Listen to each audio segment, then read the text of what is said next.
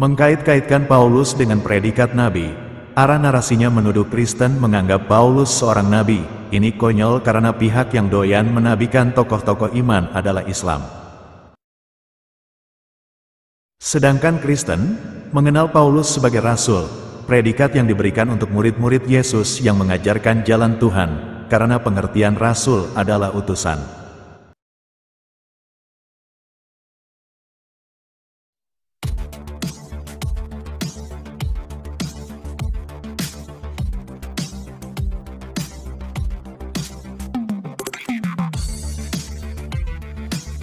Anti Murtad Channel, mengungkap kebenaran, iman Kristen.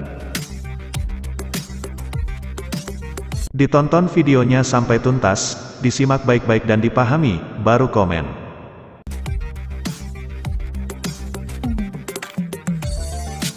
Subscribe dan share sebanyak-banyaknya, agar video ini menjadi berkat bagi banyak orang. Apa kabar para sahabat? Jumpa lagi di channel kita ini, semoga memberkati.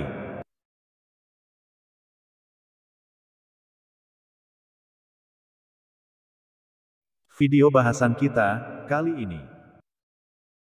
Mualaf pasti tidak cerdas. Jadi bagi orang-orang, dan gini, Paulus itu sempat disebut sebagai Zeus dan Hermes. Nah, ajaran Zeus dan Hermes, ada kata itu dikaitkan kepada seorang nabi saja sudah perlu dipertanyakan.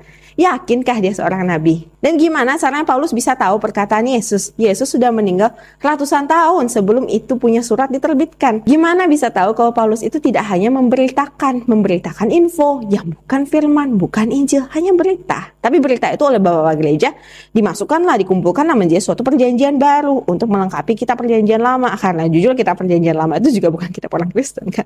Itu juga kitab orang Yahudi yang dicaplok. Istilahnya perjanjian baru mau diklaim ya sebagai kitab yang khusus memang ciptaan Kristen. Nah, salahnya adalah mereka mengklaim dari salah seorang nabi yang paling buruk backgroundnya dan tidak bisa dikonfirm apakah Paulus benar-benar menjadi nabi. Dan again, kalau emang sekarang orang Kristen mengikuti perjanjian baru, berarti Anda mempercayai perkataan Paulus. Anda tidak menyembah Yesus, Anda menyembah Paulus. Itulah tadi pernyataan-pernyataan dari mualaf top Jaslyn yang dikatakan sangat cerdas. Kita akan kuliti satu persatu pernyataan mualaf ini, dan membuktikan kebodohannya.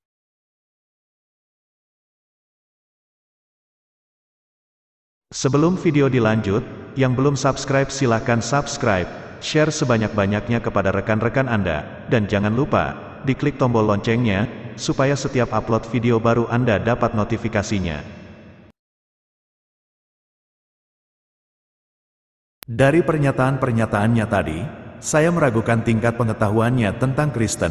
Karena itu, pengakuannya tentang masa lalunya di Kristen tentunya adalah kebohongan semua. Kebohongan berjamaah, yang sengaja disetting para polemikus Islam untuk mengarahkan Jaslyn sesuai skenario mereka. Dengan tujuan untuk mengelabui orang Islam sendiri. Karena Jaslyn sendiri tidak mau membuka sejelas-jelasnya data pribadinya, di mana saja ia bergereja sebelum mualaf. Tentunya karena ada hal-hal yang disembunyikan, agar tidak menjadi bumerang baginya dan kelompoknya di kemudian hari. Mari kita luruskan klaim-klaim bodoh Jaslyn dari berbagai sudut pandang. Mengkait-kaitkan Paulus dengan predikat nabi, arah narasinya menuduh Kristen menganggap Paulus seorang nabi. Ini konyol karena pihak yang doyan menabikan tokoh-tokoh iman adalah Islam. Sedangkan Kristen mengenal Paulus sebagai rasul, predikat yang diberikan untuk murid-murid Yesus yang mengajarkan jalan Tuhan, karena pengertian rasul adalah utusan. Bagaimana Paulus bisa tahu perkataan Yesus? Padahal Yesus sudah meninggal ratusan tahun sebelum surat-surat Paulus dirilis, atau Yesus sudah meninggal ratusan tahun sebelum masa Paulus. Di sini jelas, Jaslyn tidak tahu apa-apa mengenai Paulus. Apa yang dia klaim tadi adalah murni berasal dari Islam, padahal Islam tidak mengenal Paulus, karena dari sumber-sumber Islam yang valid tidak mengenal sosok Paulus.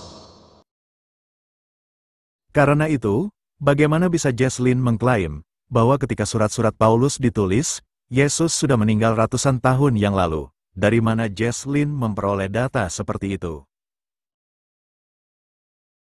Dilema, pernyataan Jesslyn tadi pasti tidak berdasarkan Islam, karena Islam tidak mengenal sosok Paulus.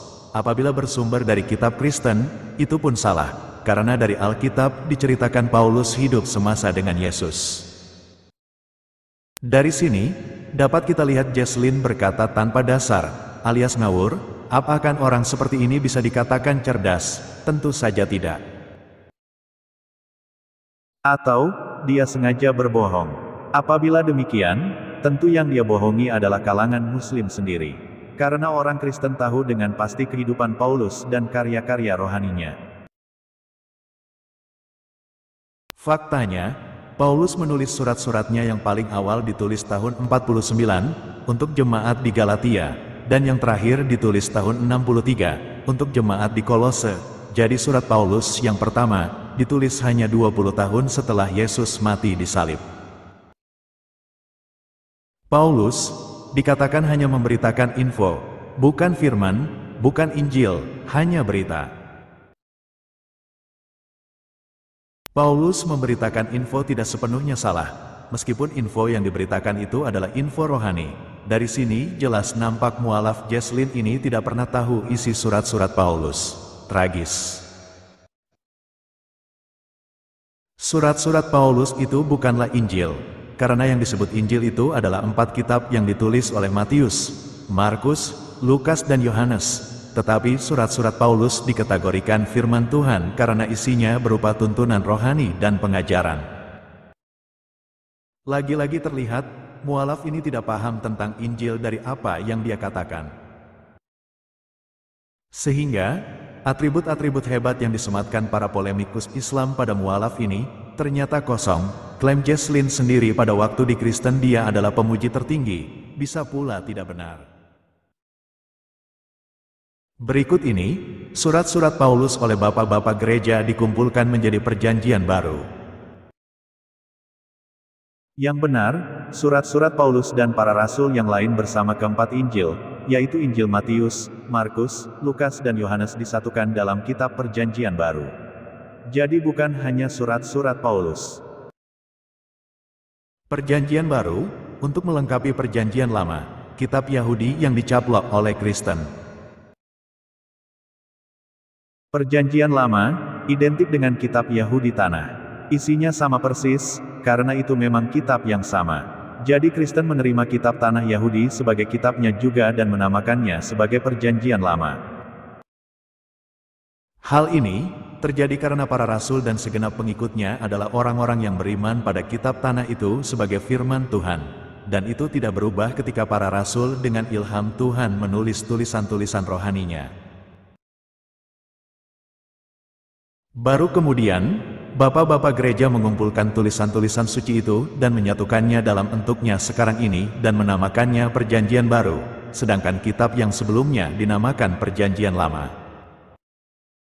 Kristen mencaplok kitab Tanah Yahudi, itu klaim yang salah dan tanpa dasar, harus dipahami, karena sejatinya Kristen berasal dari Yahudi itu juga. Kita luruskan lagi. Sesat pikir Jesslyn, bahwa perjanjian baru hanya berisi surat-surat Paulus dan ajarannya, padahal di dalam perjanjian baru ada banyak tulisan dan pengajaran dari para rasul yang lain, yang semuanya bersumber dari ajaran-ajaran Yesus. Orang Kristen percaya perkataan-perkataan Paulus dan juga para rasul yang lain, semua yang ada di perjanjian baru. Orang Kristen tidak menyembah Yesus, tapi menyembah Paulus.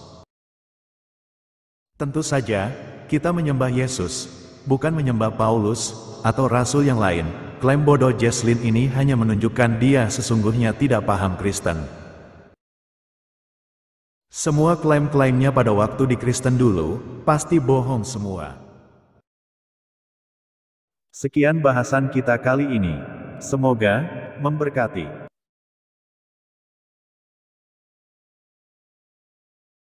Closing statement. Mualaf ini hanya pandai membual.